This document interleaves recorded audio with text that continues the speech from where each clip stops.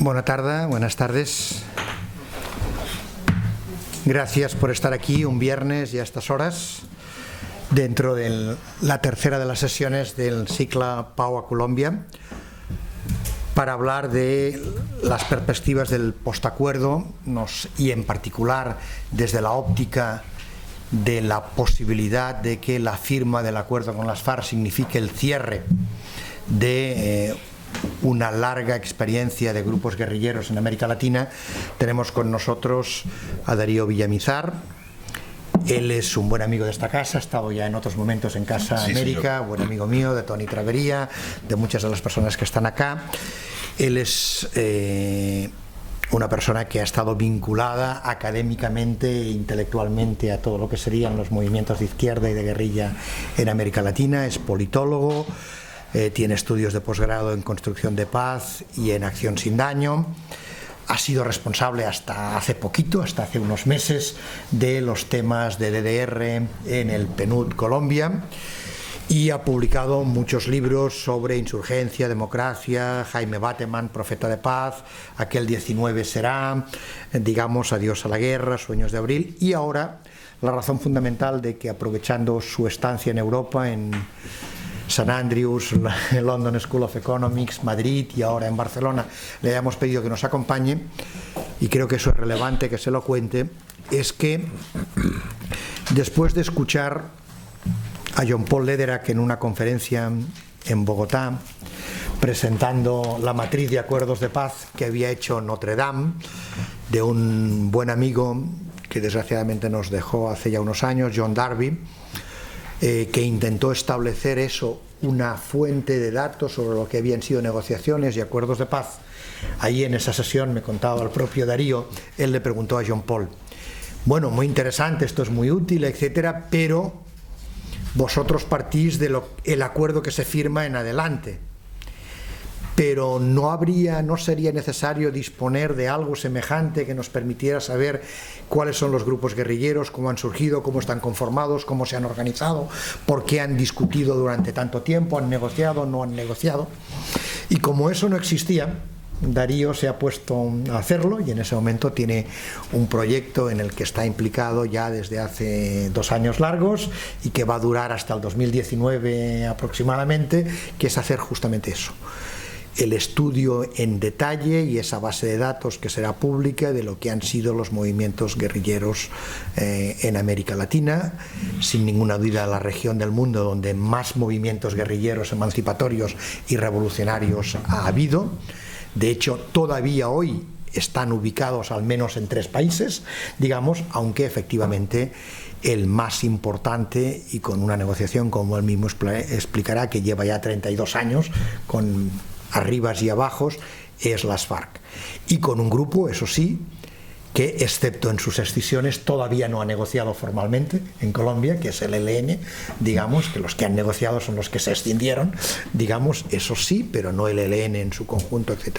Entonces la reflexión que le hemos pedido es esa, que él intente ver desde su posición de estudioso de los ciclos de movimientos guerrilleros en América Latina y de su conocimiento de Colombia, qué es lo que cree que puede pasar con las FARC en este momento.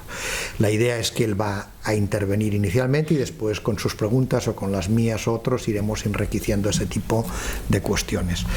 En cualquier caso, en nombre de Casa América, en nombre del Consulado, en nombre del Instituto de Derechos Humanos y del propio ICIP, Darío, gracias por estar con nosotros y compartir ese conocimiento que está surgiendo ahora. Cuando quieras. Bueno, muchas gracias, Rafael, muchas gracias a Casa América por esta oportunidad. Para mí siempre es un gusto compartir un rato con personas que están interesados en estos temas. Lo estoy haciendo en este viaje, y esta mañana lo hice precisamente con el curso de Tony Travería, un grupo de estudiantes de Relaciones Internacionales, profundizando un poco sobre el conocimiento que muchos de ellos ya tienen sobre el tema, y si a ustedes también en algo les puede servir esto que les quiero comentar, transmitir, pues para mí me sentiré muy, muy contento, y y creeré que este viaje ha valido la pena realmente, ¿no? Es decir, estar comentando lo que pasa en nuestro país, las dificultades, pero también las grandes expectativas que tenemos sobre este momento tan importante en la historia colombiana, ¿no?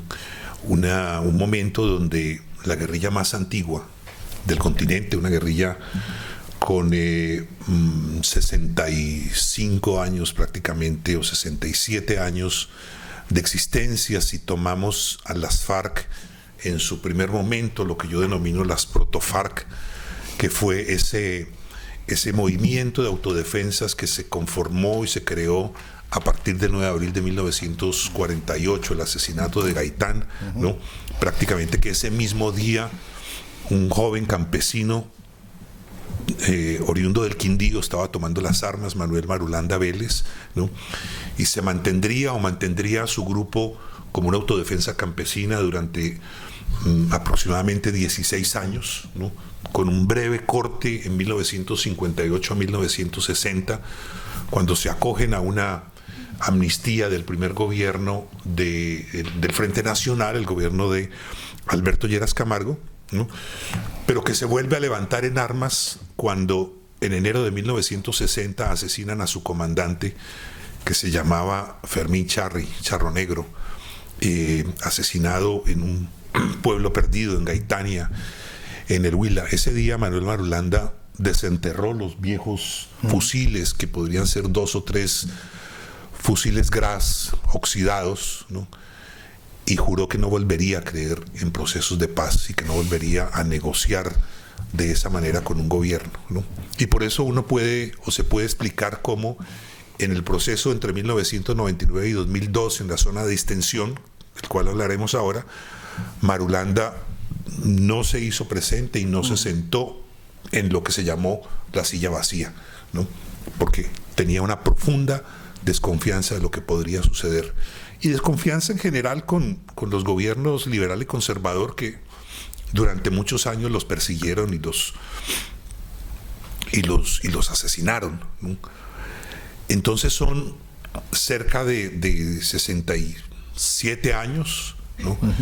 En esa búsqueda angustiosa, las FARC o ese grupo de campesinos en el año 1964 decide transformarse y transformar esa táctica que utilizaban de ser una autodefensa a pasar a la guerra de guerrillas, y se conforman como FARC en mayo de 1964. De ahí un documento muy importante de ellos, que es el Programa Agrario de los Guerrilleros, ¿no? Que consideran todavía como una pieza clave de lo que tienen que ser las transformaciones, y que tiene profunda relación con lo que ellos estuvieron discutiendo hace algunos años, primer punto del acuerdo para la terminación del conflicto. Pero no solamente que son la guerrilla más vieja en el continente en su accionar político-militar, sino también la guerrilla más vieja en la búsqueda de una solución política al conflicto armado en Colombia, ¿no? En 1984, en marzo de 1984, esa guerrilla firmó con el gobierno del presidente Belisario Betancur el primer acuerdo de estas guerrillas contemporáneas, un acuerdo que se conoce con el nombre del Acuerdo de la Uribe, ¿no? Donde como punto central, el punto más importante de ese acuerdo está en que la guerrilla se tomará un año para iniciar una transformación en un partido político. Y las FARC estuvieron un año después creando el partido político que se denominó Unión Patriótica, ¿no? De triste recordación, porque 5 años más tarde habían asesinado ya a cerca de 1.500 o 2.000 integrantes de ese partido, y a la fecha se contabilizan más de 6.000 los asesinados de la Unión Patriótica. Y por eso nos explicamos la desconfianza que tienen actualmente las FARC en medio de esta negociación que están adelantando con lo que puede hacer su futuro, ¿no? Ya hubo un Estado que no los protegió frente a un acuerdo donde el elemento central era que se transformaban en partido político, como tiene que ser el destino de una guerrilla que deja las armas, ¿no? Y lo que se busca es eso, que el ejercicio de la política la hagan como la puede hacer en democracia otros ciudadanos, nosotros, ustedes, cualquier ciudadano puede hacer y debe hacer eso mismo sin necesidad de que las armas estén atravesadas en la política.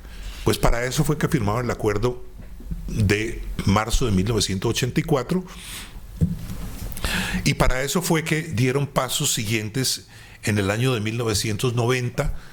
Las FARC empiezan a reunirse nuevamente con el gobierno, ya han asesinado a una gran cantidad de los integrantes de ese partido político Unión Patriótica. Las FARC en ese momento de 1990 son una organización que hace parte de la coordinadora guerrillera Simón Bolívar.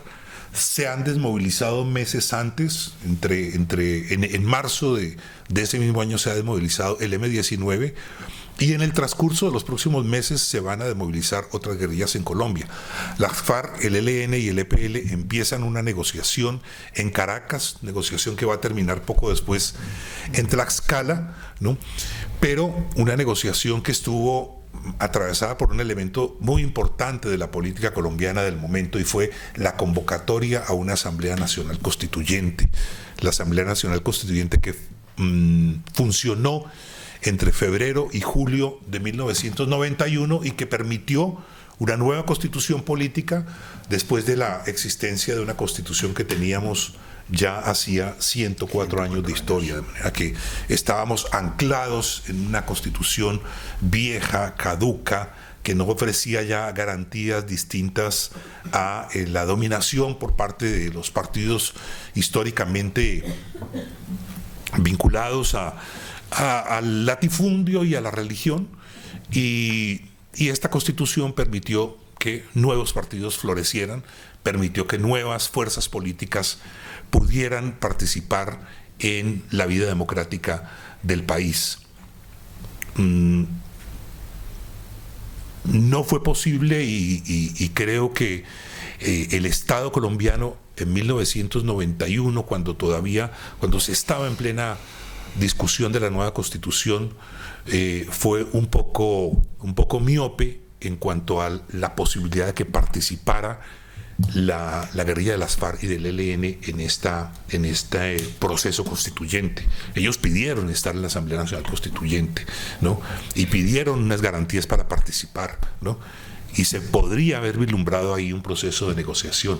Otras guerrillas se habían desmovilizado y tuvieron participación, no solamente el M-19 que lo hizo, digamos, colocando sus candidatos a elección popular, ¿no? Sino guerrillas como el EPL, que se desmovilizó por derecho propio, digámoslo así, tuvieron presencia de 2 integrantes en la Asamblea Nacional Constituyente. El movimiento armado Quintín Lame, movimiento indigenista, compuesto básicamente por indígenas, también se desmovilizó y tuvo un delegado en la Asamblea Nacional Constituyente. Y las FARC y el ELN, que pedían también una participación, no se les dio esa participación, y bueno, aquí estamos todavía a la espera de que en próximos meses se logre un acuerdo con esta guerrilla. Repito, entonces son 32 años de un proceso que iniciaron las FARC en 1984, y hay un nuevo e importante momento en 1999 a 2002, cuando se crea la zona de distensión. Es un momento que yo defino como el cuarto de hora que se dieron las FARC y el gobierno nacional después de una dura confrontación. Las FARC habían llegado a operaciones de tipo político-militar muy importantes, como la toma de Mitú, es decir, la ocupación durante varios días de poblaciones importantes en el país. Para mí es un momento donde se estaba pasando de la guerra de guerrillas a una guerra de posiciones, que es una escala mayor, ¿no? Un nuevo momento de la guerra. Las FARC estaban alcanzando ese momento. Hay una negociación que se inicia en 1999 con el gobierno de Andrés Pastrana, pero que también se vio frustrada, ¿no? Por un elemento que me parece a mí perverso, y es negociar en medio de la negociación en medio de la confrontación, ¿no? Las FARC durante ese periodo se tomaron más de 150 pequeños municipios cuando estaban en la mesa negociando, de manera que combinar la negociación con la acción militar no es la mejor fórmula, ¿no? Afortunadamente, en el proceso que se inició en el año 2012, este proceso, que no ha tenido una tregua formal entre las dos partes, esa tregua es posible que se establezca, y así lo contempla el acuerdo para la terminación del conflicto. La tregua habrá en el momento en que se firme el acuerdo final, pero unilateralmente las FARC durante este periodo entre 2012 y hoy en 7 oportunidades han decretado treguas. La última de ellas, de julio del año pasado, es la más duradera, ¿no? Han sido treguas que han tenido distinta duración y distintas razones para su terminación, pero en este momento esa tregua unilateral de las FARC se combina también con una orden que ha dado el presidente de la República a las Fuerzas Armadas, en particular a la Fuerza Aérea, de suprimir los bombardeos contra campamentos de las FARC. De manera que eso permite aclimatar una situación, un mejor momento para las negociaciones.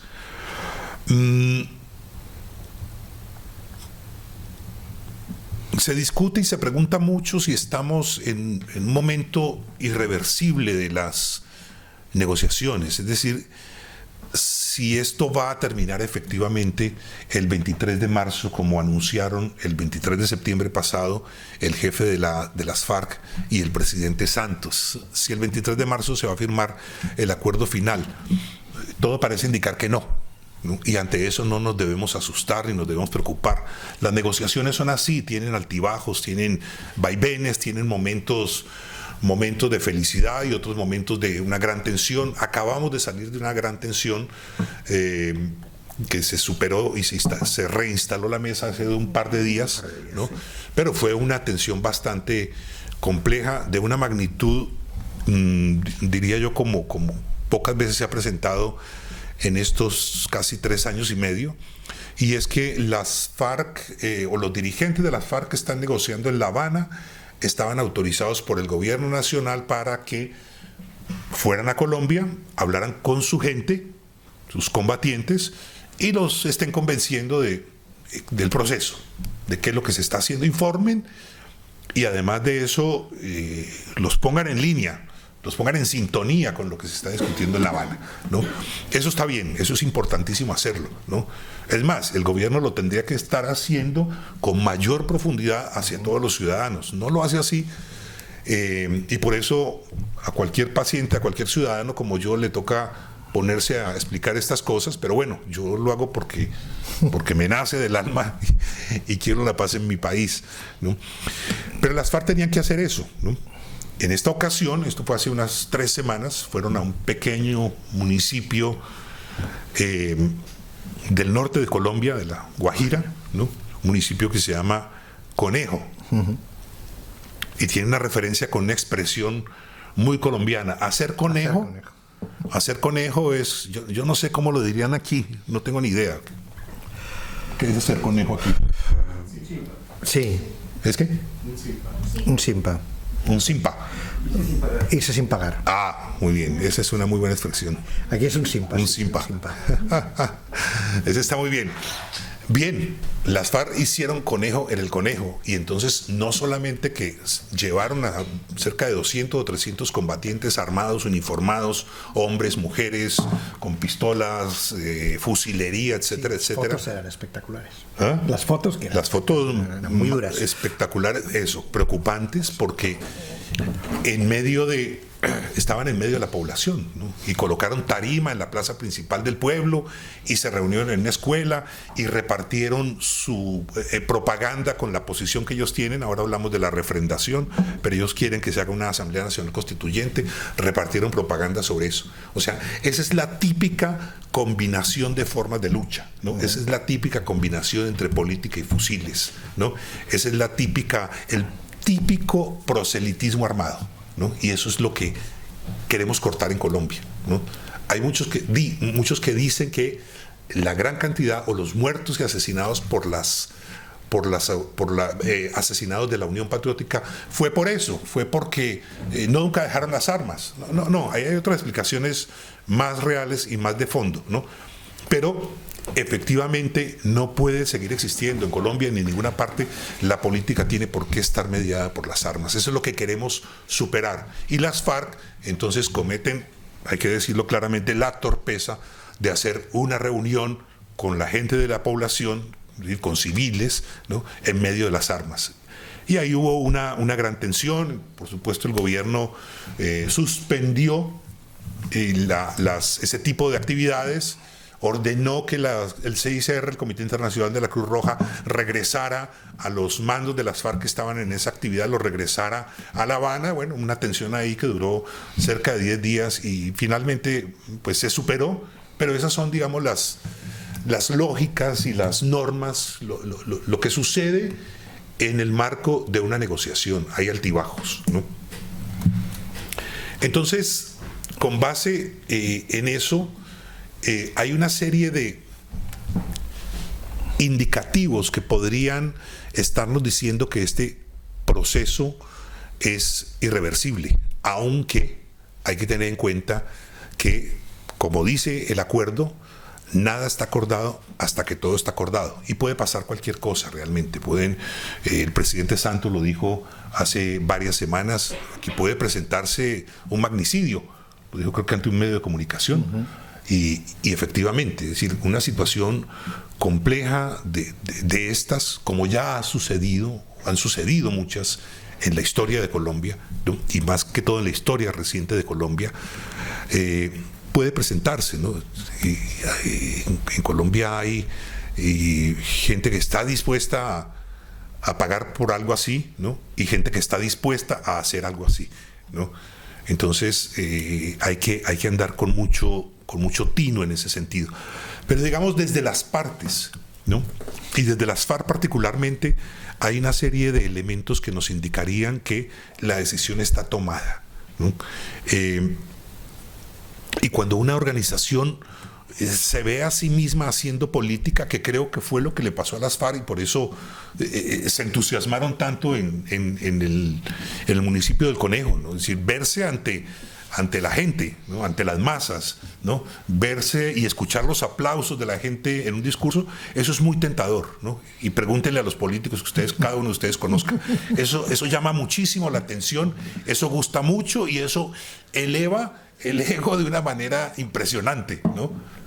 Yo alguna vez fui candidato a alguna cosa en Colombia y eso gusta, ¿no? Los políticos, por eso es que son tan insistentes, pierden unas elecciones, ¿no? Han invertido plata no solamente del partido, sino que invierten plata ellos también, ¿no?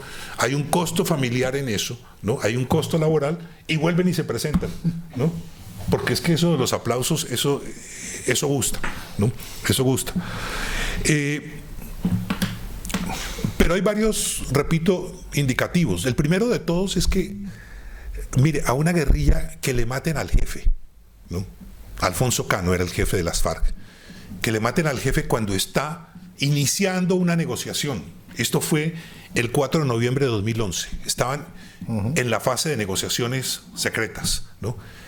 Pero no es que lo maten en combate, es que le asesinen al jefe, ¿no? Porque Alfonso Cano lo capturaron, el presidente ha reconocido y dijo que él dio la orden de matarlo, ¿no?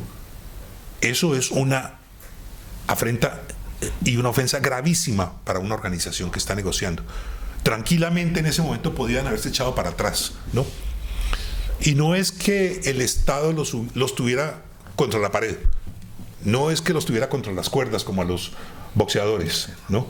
No, las FARC es una guerrilla que podría haber aguantado mucho tiempo más en el campo. Iba a sufrir muchas bajas, el desgaste iba a ser muy grande, en fin, ¿no? Pero no los tenían contra las cuerdas. Y sin embargo, ese episodio lo pasaron.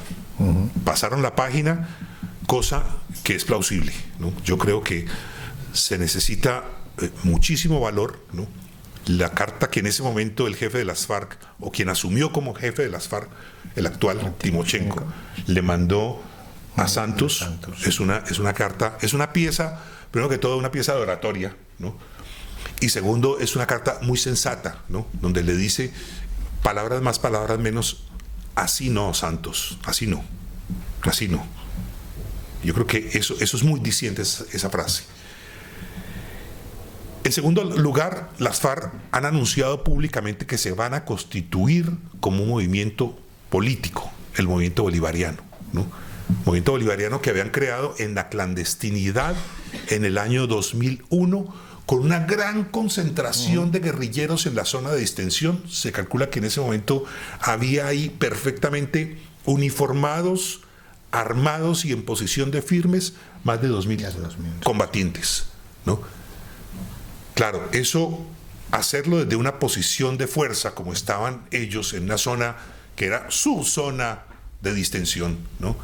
Hacer eso es relativamente fácil, ¿no? Anunciar después que le van a dar continuidad a ese movimiento político, también creo que se necesita un poco de coraje para hacer eso, ¿no? Pero ya lo hicieron y ya dijeron, esta va a ser nuestra forma de pasar la página, ¿no? De pasar de las armas a la política, va a ser el movimiento político bolivariano, como lo afirmaron ellos. Les contaba ahora, 6 o 7 ceses al fuego durante estos 3 años largos son una muestra más de su decisión de que las cosas caminen. Y hay un elemento que a mí siempre me ha llamado la atención, porque he seguido, no solamente que estuve en una organización insurgente como el M-19, sino que he seguido estos temas con mucha atención durante mucho tiempo de mi vida. Por primera vez en la historia, las FARC secuestraron a un general de la República, ¿no? Hace 2 años casi. Sí, noviembre del 2014. Noviembre de 2014. Por primera vez en la historia, una guerrilla en Colombia secuestra a un general, ¿no? Ahí habían hecho cualquier otro tipo de diablura las guerrillas, ¿no? Pero secuestrar a un general, esto ya eran palabras mayores. Y lo regresaron sin contraprestaciones, ¿no? O sea, a ese hecho le hubieran podido, como decimos nosotros, sacar jugo políticamente, ¿no? Haber aprovechado esa situación para sacar una mejor tajada en la negociación. Bueno, les devolvemos su general, pero alguna gabela hubieran podido ganar, ¿no? Y lo devolvieron sin contraprestación. Aquí está, general, listo, se dieron la mano, jefes guerrilleros con él, y pasó el episodio, ¿no? Yo creo que eso es también una muestra de sensatez y de madurez. Era el general Rubén Darío Alzate. Un elemento adicional, las FARC, el jefe de las FARC ha dado orden de varias cosas. Primero, no reclutar más menores de 17 años, ¿no? O sea, no vamos a crecer más como grupo guerrillero. Yo creo que tampoco están reclutando ni personas de otras edades, ¿no? Sino que están quedándose con lo que tienen, ¿no? Segundo, dio la orden de priorizar la formación política que la formación militar, ¿no? Impartir instrucción política a los mandos medios y combatientes en general antes que instrucción militar. Tercero, dio la orden de no adquirir más armamentos. Y aquí toman una gran distancia con la guerra. No más armamentos. Hasta ahora habían tenido en la historia, se conoce de muchos alijos que entraron al país por distintas vías, por Ecuador, por Venezuela, por el río Amazonas, por el Océano Atlántico, por el Pacífico, por todos lados han entrado armas, por Panamá, de Centroamérica, por todas partes han entrado armas, ¿no? Ya la orden tajante es no más armas, no vamos a armarnos más. Y tuvieron una decisión política hace 3 meses muy importante, y es la de transformar su economía de guerra, esto lo dijeron en un comunicado, en una economía para la paz estable y duradera. Esto quiere decir ni más ni menos que los recursos económicos que ellos han acumulado durante muchos años por la vía de el secuestro, la extorsión, la participación en algunos espacios o niveles de el narcotráfico, el chantaje, en fin, todo lo ilegal que produzca dinero, ¿no? quieren ese dinero transformarlo en un recurso simplemente para la paz, ¿no? Ahí hay una cosa que es muy interesante porque creo que no estamos hablando de un monto pequeño, ¿no? Creo que estamos hablando de varios miles de millones de dólares, ¿no? Es decir, las FARC llegaron a ser la guerrilla más rica en la historia de América Latina, en la historia de la guerrilla en América Latina. Yo no sé si el Estado Islámico, no entiendo cómo será la economía de ellos, no me he metido a estudiar eso, ¿no? Pero sí sé que las FARC están hablando de varios miles de millones de dólares. Es decir, eso lo transformarían en un recurso para la paz.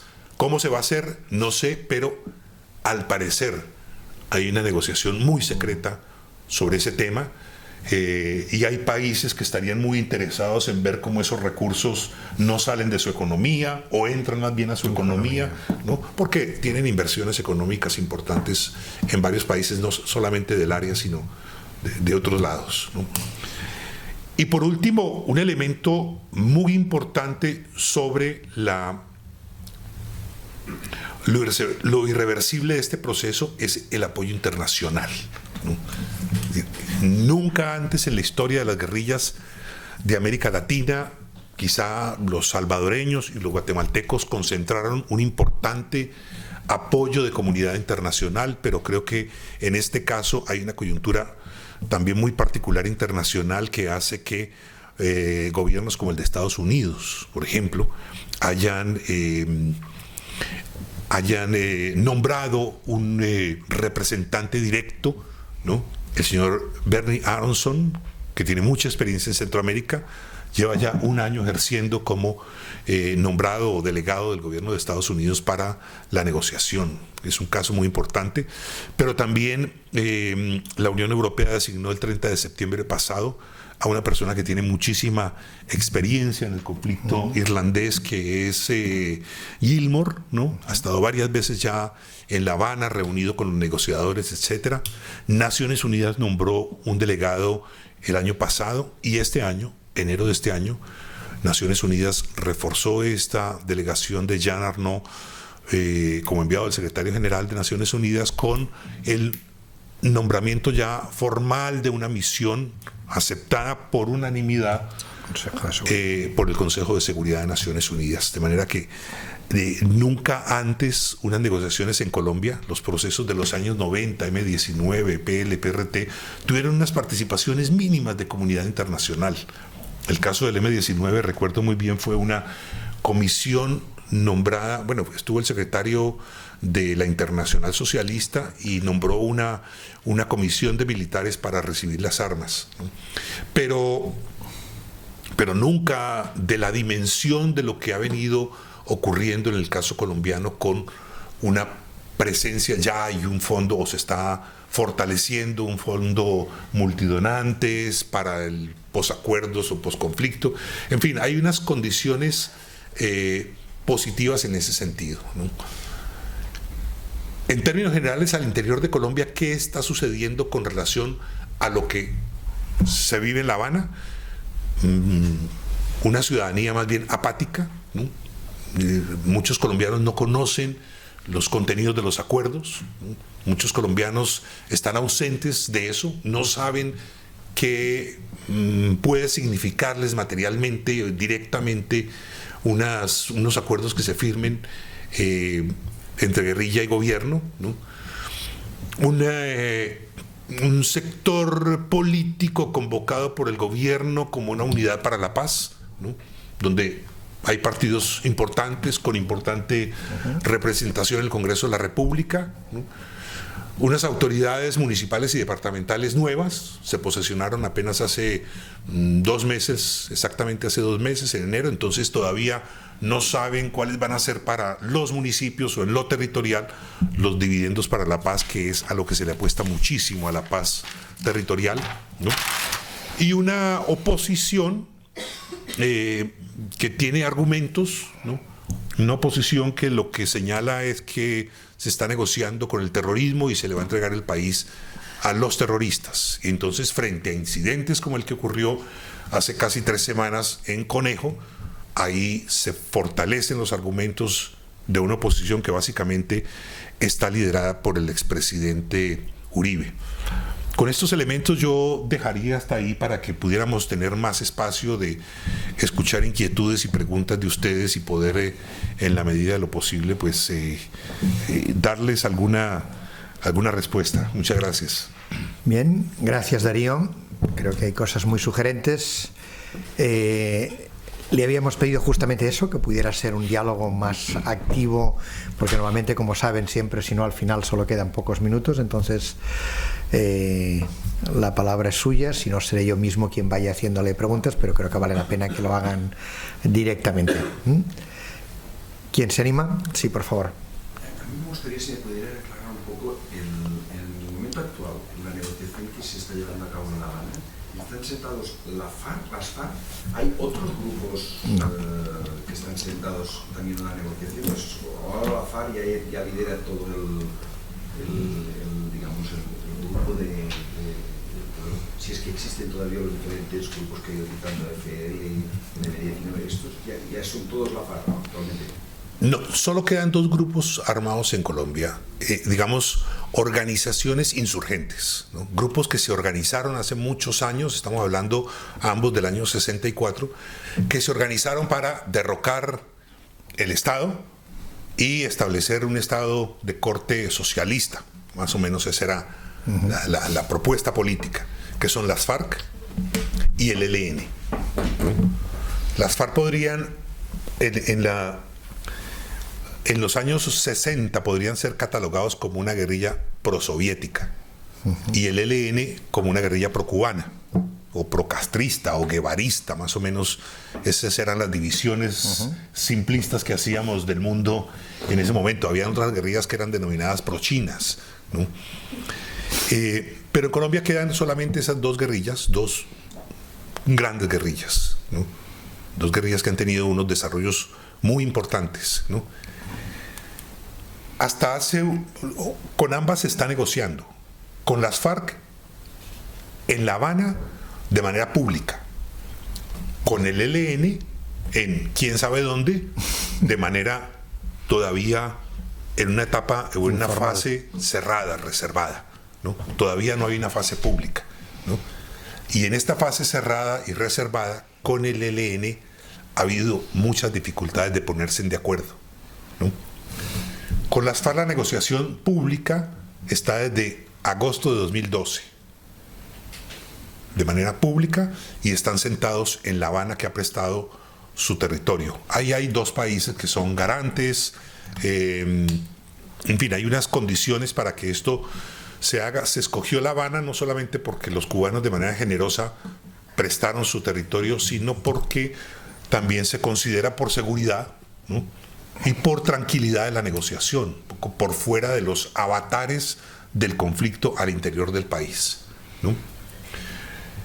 Y con el ELN, entonces, en esta fase reservada, todavía no hay una agenda pública ni nada, se sabe que están negociando, ambos han dicho que están a punto, ¿no? Que falta 2-3%, pero llevan ya varios meses diciendo eso mismo, llevan varios meses diciendo, no, es que nos falta el 1%, ¿no?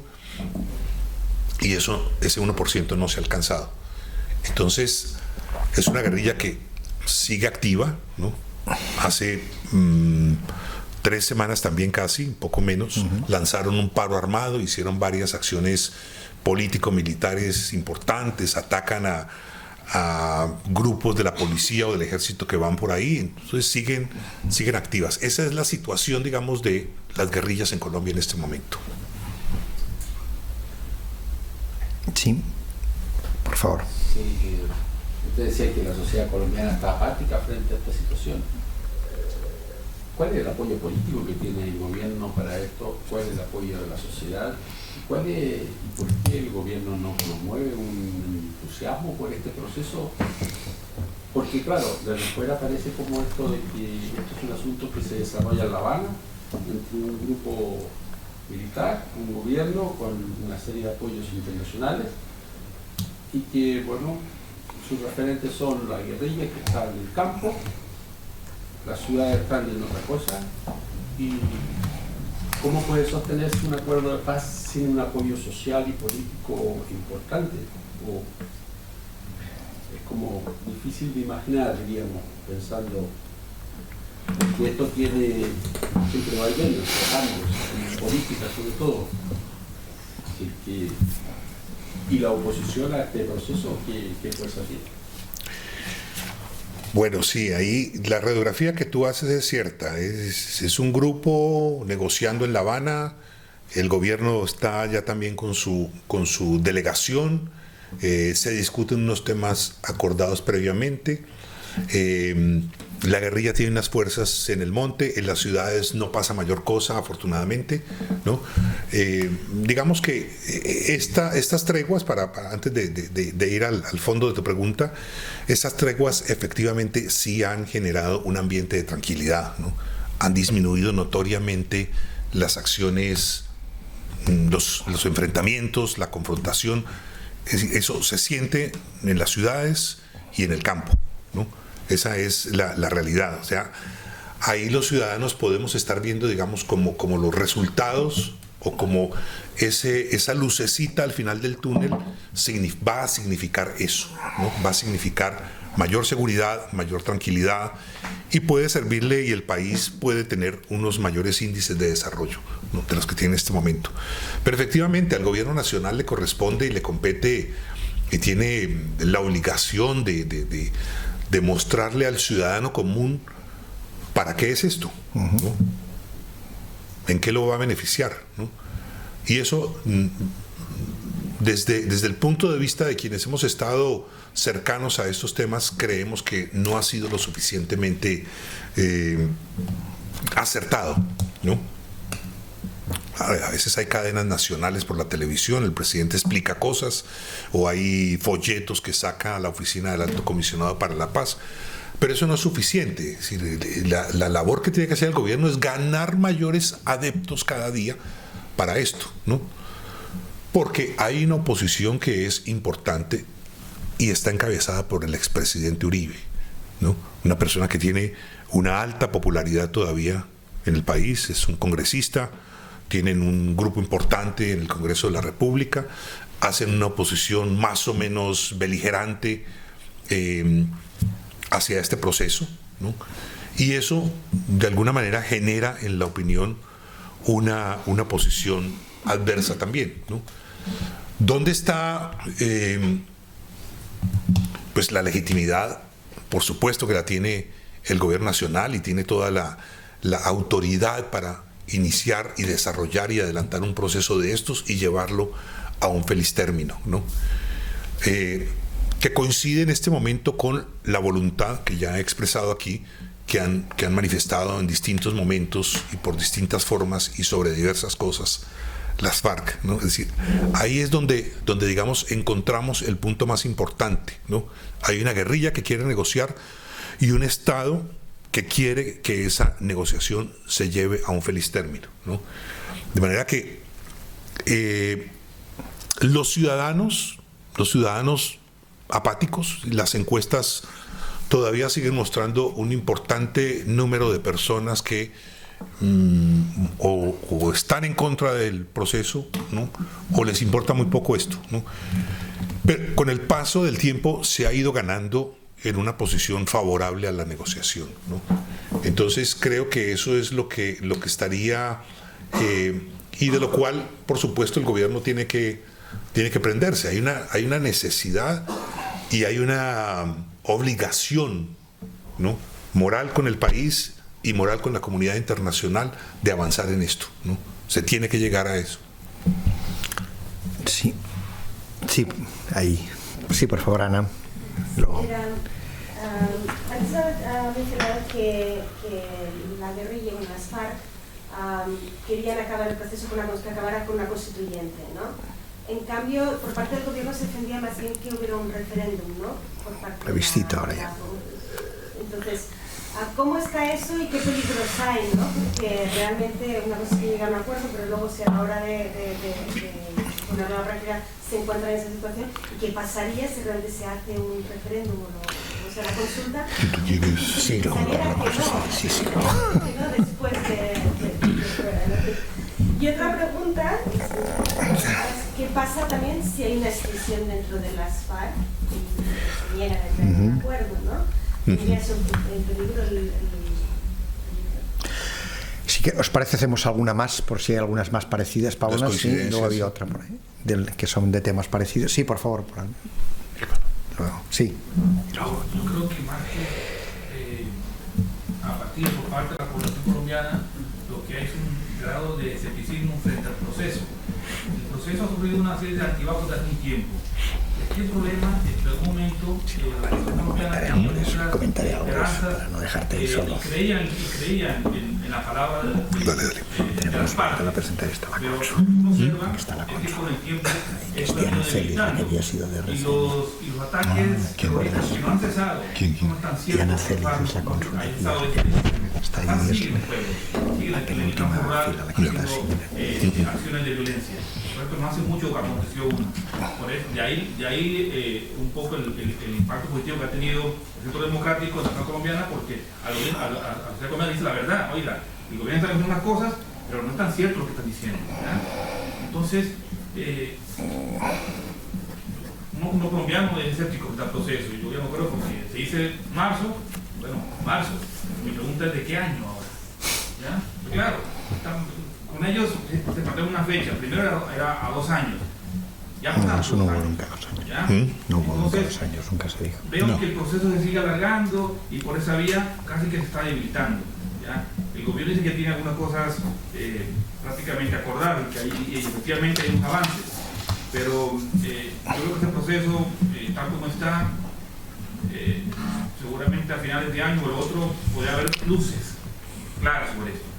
Una pregunta que tengo es, hay una cuestión aquí importante que todavía no hemos tocado muy a fondo y es el tema de quién va a financiar el conflicto. ¿Ya? Se habla de que eran 18 billones que va a costar el financiamiento. Ya cuando nos dicen nosotros que hay que financiarlo con más impuestos, bueno, ya ahora mismo está en una reforma estructural una reforma estructural que ya está golpeando bastante a los bolsillos básicamente a los ciudadanos. ¿Ya? La pasada golpeó bastante a los empresarios, pero la que viene a golpear a los ciudadanos. Entonces, bueno, nosotros colocamos más impuestos para financiar este proceso, no están las garantías económicas para eso, porque en algún momento Estados Unidos, la Unión Europea, dijeron que pueden apoyar, pero tal como está la cosa, no tampoco muy claro el tema del financiamiento externo. Por tanto, el financiamiento de la guerra será interno. ¿Ya? Entonces, me gustaría que habláramos por eso, a ver, quién va a financiar el conflicto, porque el último va a recaer básicamente en los ciudadanos. Muchas gracias. Sí, Paula, había otra pregunta más y luego intentamos responder y hacemos luego una nueva ronda, por favor. Bueno, muchas gracias, antes que nada, por la exposición. Y por otro lado, mi pregunta es un poco hablando de oposición que pueden existir en este proceso. Me pregunto si dentro del ejército, aunque haya una comisión que sea parte en el proceso, de la mesa de negociación de este proceso y que parece que están dispuestas a llevar a cabo a buen término este proceso, históricamente el ejército ha tenido como antecedentes de, no sé si la palabra correcta es sabotearlo, pero de algún modo impedir que este tipo de negociaciones de paz se lleven a cabo.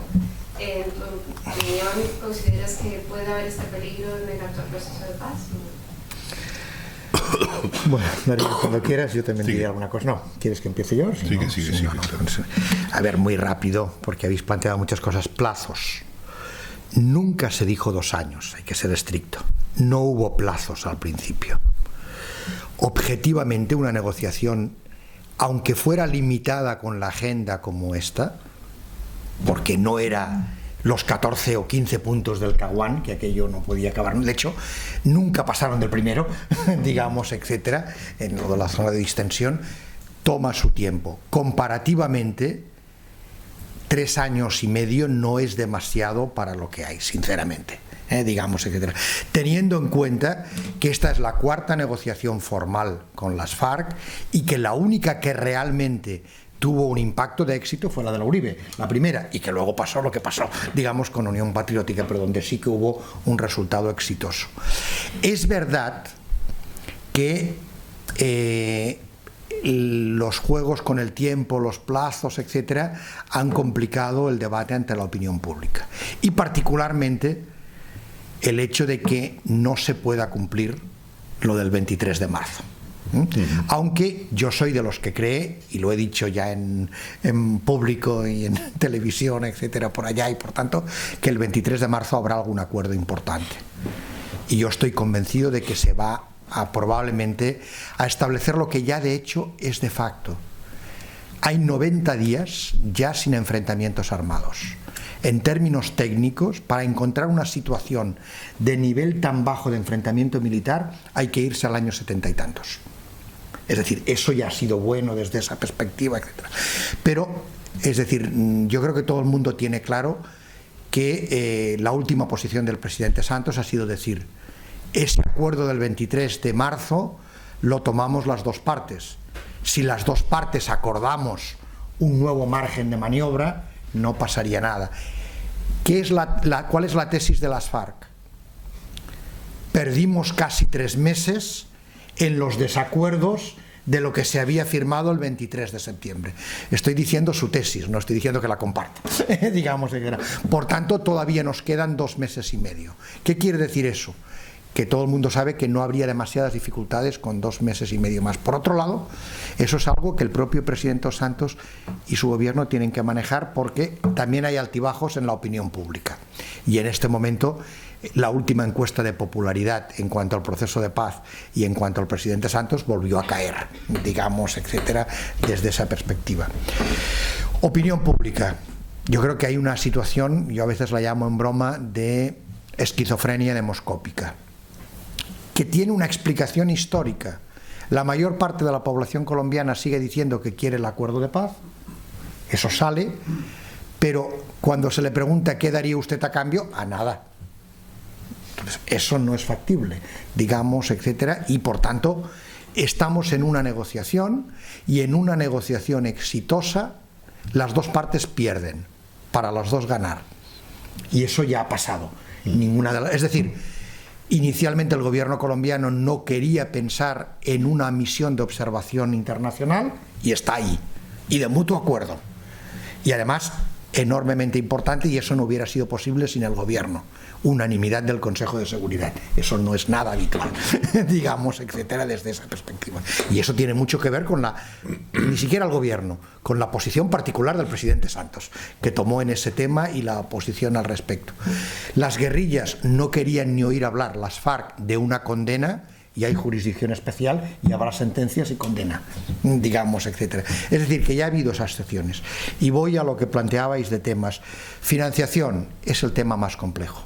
Ese es el principal cambio, porque cuando se inició la negociación estábamos en fase alta. En este momento hay 3, 4, 5 años por lo menos de fase baja, porque el petróleo está en los precios que tiene, y aunque Colombia sigue siendo uno de los países que más crece de América Latina, no crece a los ritmos que crecía y que se pensaba. Por tanto, ahí hay un tema. De todas maneras, es una cuestión pedagógica. Las cuentas de 18 billones se están haciendo mal. Hay que distinguir 3 cosas: lo que cueste La Habana, que es bastante, pero no sabemos cuánto todavía; lo que cuesta la deuda social inmediata en los 5 primeros años en los territorios donde el conflicto ha sido muy duro; y luego algo que va a tardar 40 años o 30, que es introducir el Estado donde hace 50, 60, 70 años que no está, que eso es casi el 33% del territorio de Colombia en algunos casos, etc. Si tú metes las mismas cuentas en el mismo paquete, eso es inasumible, porque es el 5 o el 6% del PIB durante 50 años. Eso en este momento es muy duro, pero habría que plantearlo, digamos, desde esa perspectiva. Ejército, reforma tributaria y el tema de plebiscito. En este momento hay 5 dificultades importantes en la mesa de negociaciones. 2 tienen que ver con el punto de dejación de las armas y del fin del conflicto. Uno es zonas de concentración. Eso está casi resuelto, porque además ya hay la mediación específica de Naciones Unidas, que está en este momento en Colombia y trabajando en ese tema, no la misión todavía formal, pero sí así. Hay un tema importante ahí donde todavía hay desacuerdos, que es dejación, que se va a entender por dejación de armas, digamos, y qué va a hacerse con las armas en ese momento, y las posiciones todavía están separadas. Tercer punto importante: nuevamente, justicia. ¿Cómo se van a elegir a los magistrados de la Jurisdicción Especial para la Paz? Que ese es un tema especialmente complejo. Cuarto punto, refrendación. Digamos que ahí está el debate desde esa perspectiva. Yo sinceramente creo que es el más fácil de resolver. Y pondría la mano en el fuego que la solución va a ser: muy bien, usted quiere jugar un plebiscito, no hay problema, lo hacemos, pero asegúreme que en 2, 3, 4 años va a haber una constituyente, cosa que es obvia. Los cambios en Colombia van a ser tan importantes que va a ser necesario que haya una nueva constitución. El problema es el tiempo, digamos, desde esa perspectiva. Y eso va a ir garantizado con otra cosa. ¿Qué es lo que realmente preocupa a las FARC? Lo ha dicho Darío al principio, el tema de Unión Patriótica. Usted me asegura, ¿cómo me asegura a mí que este no es un acuerdo de gobierno sino de Estado? Es decir, que cuando haya elecciones en el 2018 eso va a continuar, y eso se tiene que resolver por la vía legislativa, es decir, asumiendo eso en el Senado, etc. La propuesta que han hecho las FARC es muy sugestiva desde el punto de vista jurídico, pero es imposible, que es, lo que están diciendo es: consideremos el Acuerdo de La Habana un acuerdo internacional. Como sería un acuerdo internacional, se ratifica, entra. Claro, el problema es que para que fuera un acuerdo internacional, Noruega, Cuba, Chile y Venezuela tendrían que ratificar eso como un acuerdo internacional. No puedo hablar por Cuba y Venezuela, pero Chile y Noruega no van a asumir eso como un acuerdo internacional. Una cosa es que sean garantes o amigos, y otra cosa es que le hagan, es que no solo aprobarían sus parlamentos. Es decir, una cosa es que nosotros estemos comprometidos en ayudar al proceso de Colombia, y otra cosa es que yo me trague que un acuerdo que firman las FARC y el gobierno colombiano es un acuerdo internacional. O sea, es sugerente el jurista que pensó eso, pero políticamente no funciona, digamos, etc. Eso he tenido ocasión de decírselo en directo a Enrique de Santiago varias veces, digamos, diciendo: esto no va a colar, es que no es creíble, digamos, etc. Entonces, ahí hay un problema de fondo. Igual, los militares, lo que sí puedo deciros por mi experiencia particular y como instituto, que estamos trabajando mucho con ellos, no hay unos niveles de oposición especialmente altos en este momento. E incluso la posición de los exmilitares, que era la complicada, ha cambiado. En este momento, el grupo fundamental, tanto de suboficiales como de oficiales, de generales, mayores, etcétera, tiene una posición absolutamente diferente. Tan importante es eso que el Ejército de Tierra ya tiene un grupo de trabajo específico muy adelantado sobre las condiciones del ejército del futuro, etcétera, digamos, que está trabajando en ese sentido. No creo que ahí haya demasiadas dificultades a ese respecto, porque además se han dado muchas garantías, etcétera, a ese respecto. Pero bueno, tú querías... No, con relación a ese mismo punto, parte de los aciertos del presidente Santos en conformar quiénes iban a ser sus representantes en la mesa en La Habana fue incluir militares. Incluyó a un general de la policía y a un general del ejército. Y eso, los militares en general se sintieron representados. Es decir, el general Mora Rangel, que es general en retiro del ejército colombiano, ha sido un hombre, podríamos señalarlo, de mano dura, ¿no? Uno de los 5 exgenerales que siempre se dice que han mandado mucho. Exacto. Y eso permite que la oficialidad, la suboficialidad y la tropa en servicio activo se sientan representados por un general de mano dura ahí. Eso fue un acierto. Por otro lado estaba un general de la policía, el general Naranjo, con muchísima ascendencia todavía en la tropa, ¿no? en la policía. La policía son 250.000 integrantes de la policía, de manera que un general ahí representando sus intereses también ayuda a matizar muchísimo las cosas, ¿no? No en la misma posición, pero siempre han sido críticos la Asociación Colombiana de Oficiales Retirados, ACORE, que siempre aparecen y hacen sus críticas, en fin, pero la presencia, repito, de Mora Rangel en la mesa ha sido fundamental, ¿no? Y quienes han estado cercanos a la negociación dicen que Mora Rangel es un hombre que se entiende fácilmente con algunos jefes de las FARC. De manera que eso augura en esos términos un feliz desenlace. Y se siente en el lenguaje castrense, se siente cada vez más. Mire, esto cuando empezó en Colombia había un ministro de Defensa que hoy está de embajador en Washington, ¿no? Un hombre que todos los días ante los medios de comunicación amanecía hablando de los terroristas, hablando de los bandidos, hablando de los narcoguerrilleros, etcétera, etcétera. Ese lenguaje no le ayudaba y no contribuía a la paz. Y más o menos en los mismos términos estaba hablando la alta oficialidad, ¿no? Después, de manera inteligente, también hace un año casi, el presidente cambió al ministro de Defensa, colocó a un hombre representativo, ¿no?, de los intereses de los grandes industriales, ¿no?, y lo ha hecho muy bien. Es decir, cambió el lenguaje por completo y los oficiales del ejército se sienten mucho más representados, ¿no? Tan es así que se dan este tipo de discusiones al interior de los cuarteles, tan es así que se está discutiendo un factor que es muy importante en la terminación de los conflictos, que es la reforma al sistema de seguridad. ¿Cómo van a quedar las fuerzas militares después de que se llegue a un acuerdo, ¿no? Porque no podrá seguir siendo eternamente, como se dice en Colombia, una fuerza pública de casi 500.000 hombres como la que tenemos en este momento, ocupando un importantísimo porcentaje del presupuesto, ¿no? Eso tendrá que llegar a las dimensiones y a las proporciones necesarias en tiempos de posconflictividad, ¿no? Eso se está discutiendo en este momento, tema que era hace 2 años vedado al interior de los cuarteles. Esto lo que quiere decir es que ha habido unos pasos importantes con la participación y con los intereses que tiene hoy la fuerza pública en Colombia. Creo que había una petición de palabra, ¿no? Sí, bueno, mi inquietud iba dirigida un poco en esa dirección, que era la parte de la pedagogía del hecho, porque es claro que el coste económico inmediato adosado, digamos, al proceso debe ser bestial, pero el beneficio económico que representaría a ver, un Estado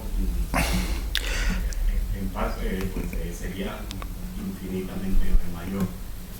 Y a mí me parece que sí, efectivamente hay una especie de escepticismo, pero una especie de escepticismo que está vinculado también al vacío pedagógico, al vacío de comunicativo que hay.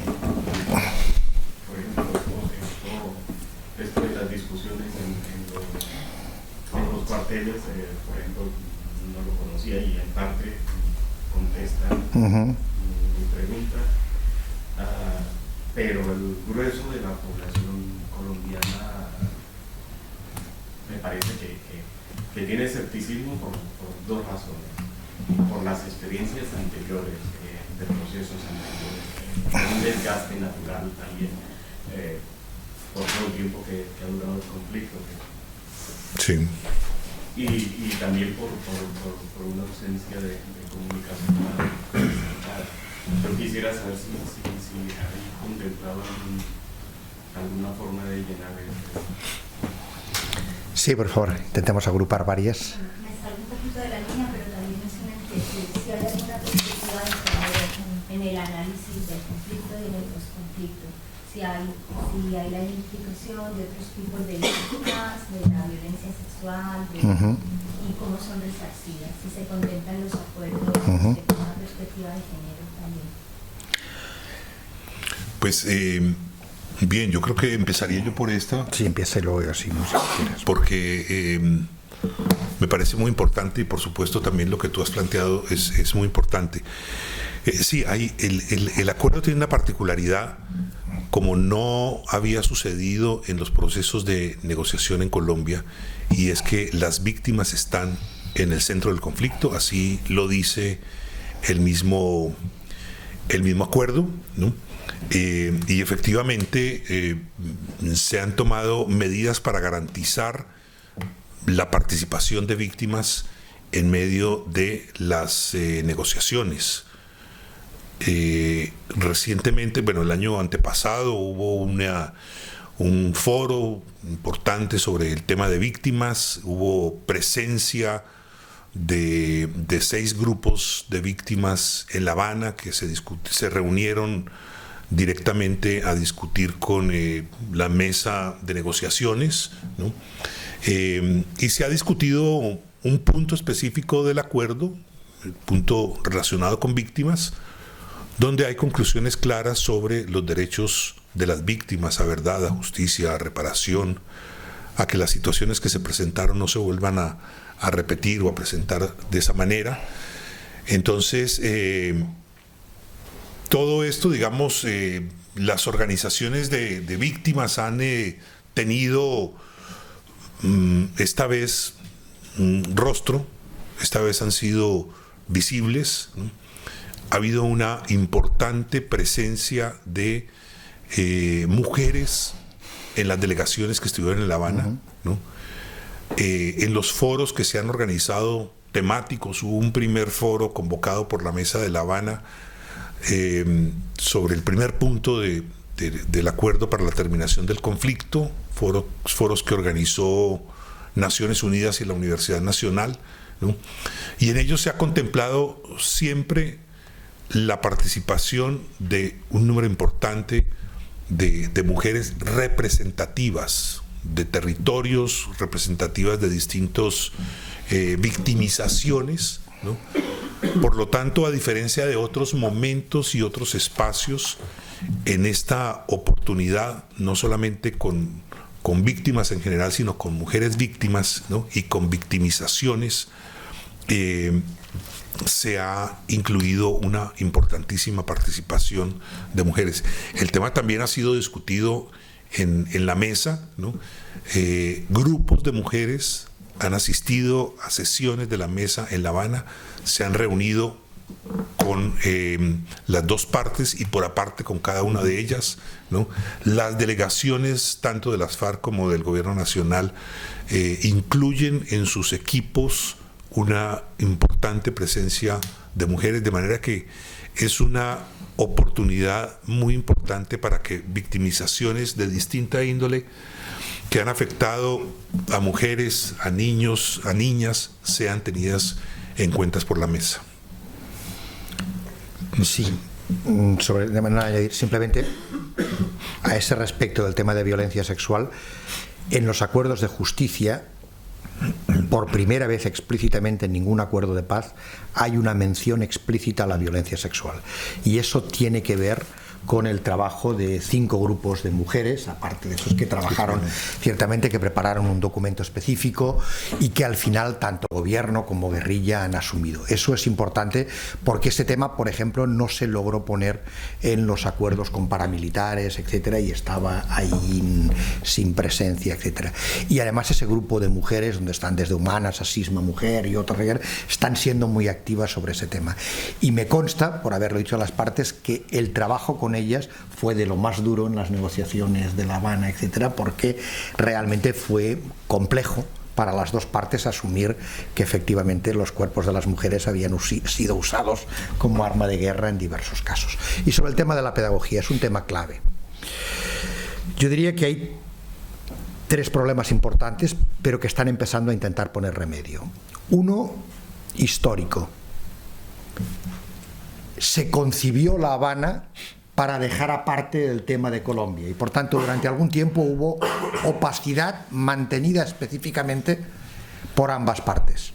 De hecho, ahora conocemos los acuerdos, pero se hicieron públicos después del secuestro del general Alzate, después de la liberación, digamos, antes solo conocíamos los comunicados conjuntos de las partes. Punto. Lo que acordaban decir, eso es la información que teníamos, etcétera. Ahora eso ya está. Por tanto, hay primero un déficit de comunicación. Segundo, hay un déficit de pedagogía. Y ahí es donde las dos partes yo creo que deben entender, esa ha sido siempre la posición que algunos hemos mantenido, que las partes no pueden hacer pedagogía. Las partes tienen que hacer propaganda y publicidad. pero la pedagogía la tiene que hacer alguien más neutral, porque no es creíble que te haga pedagogía una de las dos partes de lo que están haciendo y firmado, porque son arte y parte.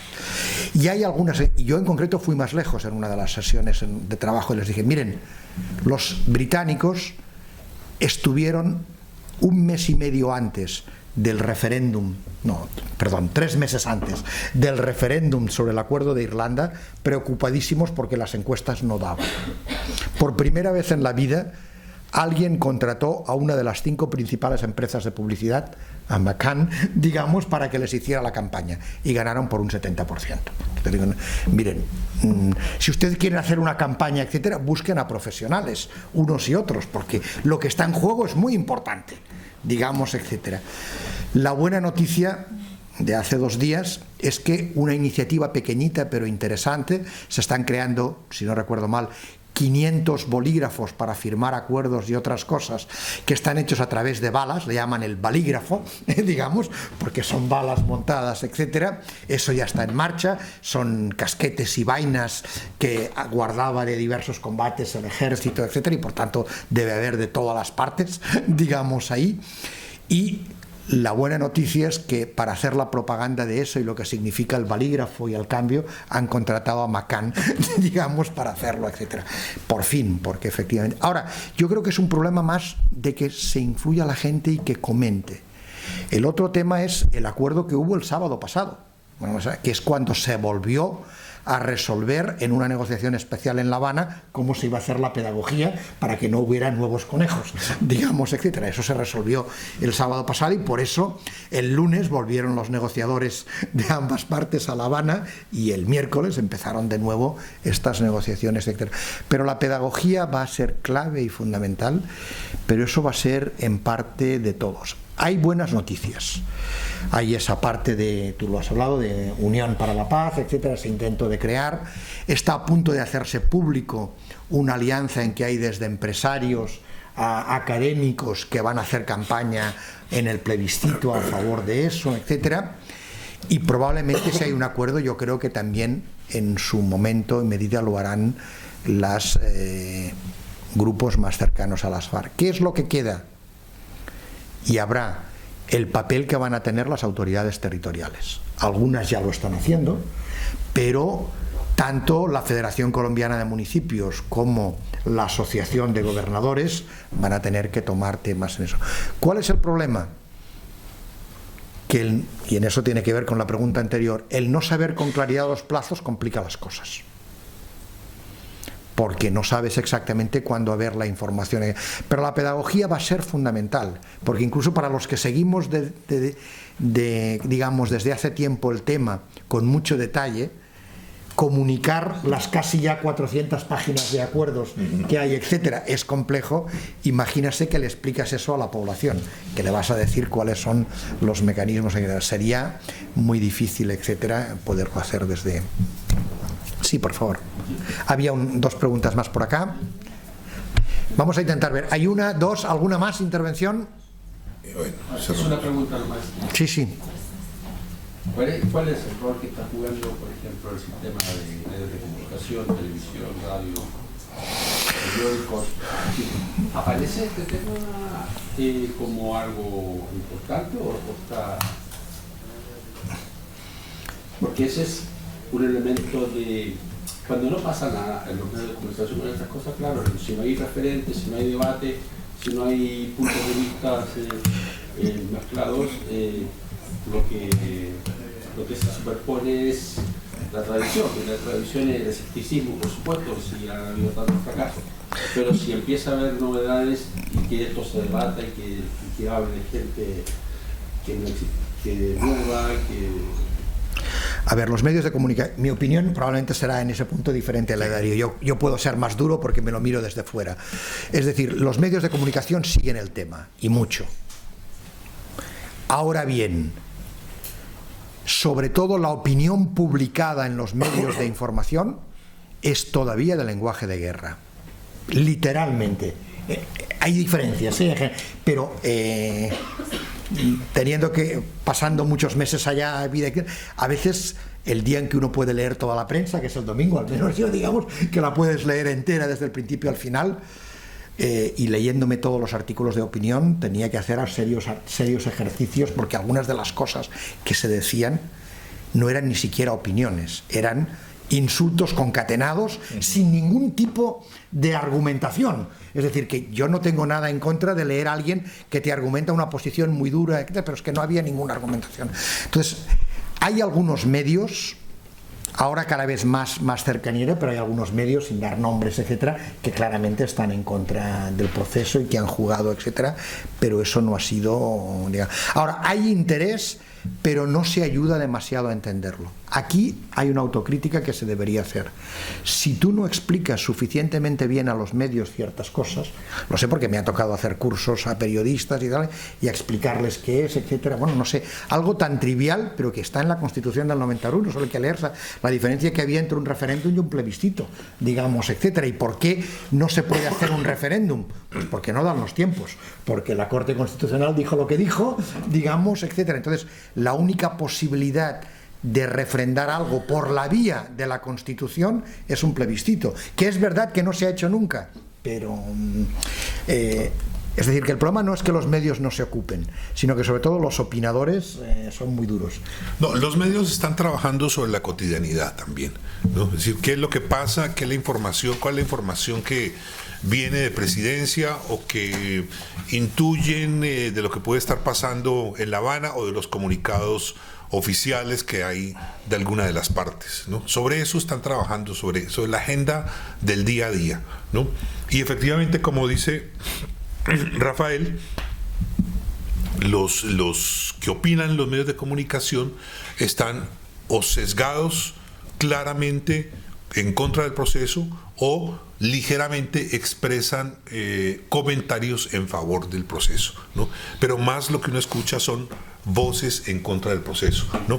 Ahora, son generalmente personas que tienen una cercanía política, que responden a algún sector político, entonces tienen, digamos, tienen por qué existir ese tipo de posiciones políticas que la expresan en una columna de opinión. Paula, tú querías hablar. Sí, una pregunta sobre lecciones aprendidas del pasado para el futuro. Uno de los puntos principales va a ser la desmovilización de las armas. Me pregunto si en estos procesos de desmovilización de los que hablaste, del M19, del Quintanilame, etcétera, si en este momento el gobierno está pidiendo, por ejemplo, como, bueno, consulta a quienes formaron parte de sus grupos para decir cuáles son las lecciones aprendidas, qué debemos incluir dentro de estos acuerdos, qué debemos tener en cuenta, mejor dicho, si son parte del proceso o no. Ok, esa es una pregunta muy interesante porque tal vez ustedes conocen que en Colombia entre 1990 y 1994 se desmovilizaron 8 grupos insurgentes, pequeños, unos muy pequeñitos y otros más grandes, de mayor dimensión. El EPL, por ejemplo, en el año de 1991 desmovilizó cerca de 3.000 combatientes, o sea, era una guerrilla importante, robusta, ¿no? Con muy variadas experiencias. La primera lección aprendida sobre participación política se expresó en la Asamblea Nacional Constituyente, donde, o por la vía del M19 o por la vía de haber dejado las armas, estos grupos estuvieron presentes en la elaboración de una nueva constitución política para el país, ¿no? Creo que ahí hay una lección aprendida bastante grande, bastante importante, que es eso, es decir, cómo efectivamente tienen espacios de participación, ¿no? Hubo en algunos momentos o en muchos momentos se discutió sobre la creación de circunscripciones electorales especiales de paz, que en este momento en La Habana también ha sido aprobada en el marco del punto 2 sobre participación política, ¿no? Pero eso finalmente no se dio, y son lecciones aprendidas, es decir, generar y crear no solamente institucionalidad, sino formas de participación que permitan que los combatientes efectivamente excombatientes tengan ahí garantías para estar presentes. Por un lado eso. Por otro lado, hay una gran cantidad de experiencias en negativo, porque eso también hay que mirarlo, sobre lo que fueron las formas de generar en el excombatiente un horizonte económico de productividad, ¿no? Todas las empresas, iniciativas, microempresas, asociativas, lo que fuera, de los años 90 fracasaron, ¿no? Fracasaron, y hay elecciones y hay que analizar por qué fracasó todo eso, que costó un recurso del erario público muy importante.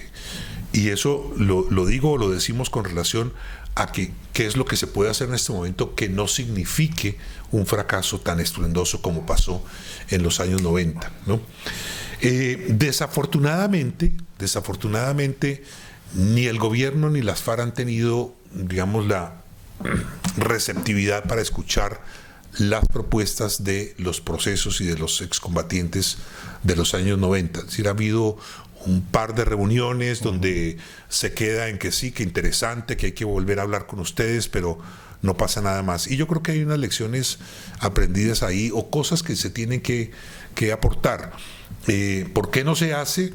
Bueno, a veces lo que llaman el síndrome de Peter Pan, creo que es de alguno de estos personajes, y es la historia empieza conmigo, ¿no? Y en el caso de las FARC son un poco orgullosos en ese sentido, ¿no? Adanismo. Sí. ¿Cómo? El adanismo. Sí. El abanismo. El adanismo, todo eso, yo soy Adán, todo empieza conmigo. Es el síndrome de Adán. Todo empieza conmigo, exactamente. Y en algún momento las FARC, cuando se presentaron esos procesos en los años 90, fueron tildados como de traición, como de entreguismo, etcétera, etcétera. Entonces, ¿cómo voy a consultarles ahora lo que yo critiqué? No me interesa. Yo soy el que sí voy a hacer las cosas bien. Si no hice la revolución con las armas, yo sí la voy a hacer por la vía de las reformas constitucionales, y era una crítica que también se expresaba de parte de ellos y del ELN en los años 90 a la Constitución Política de 1991, una constitución que no tocó a las Fuerzas Armadas, una constitución que no generó reformas a los grandes problemas sociales de Colombia y que se limitó a unas reformas de orden político. Entonces ellos criticaron en ese momento, y hoy pues queda muy difícil que vayan a buscar consejos o a escuchar a quienes fueron portadores de ese tipo de desviaciones ideológicas, diría yo, en los términos que se manejan todavía. Bueno, pues muchísimas gracias por escucharnos. Gracias a todos y gracias, Darío. Muchas gracias.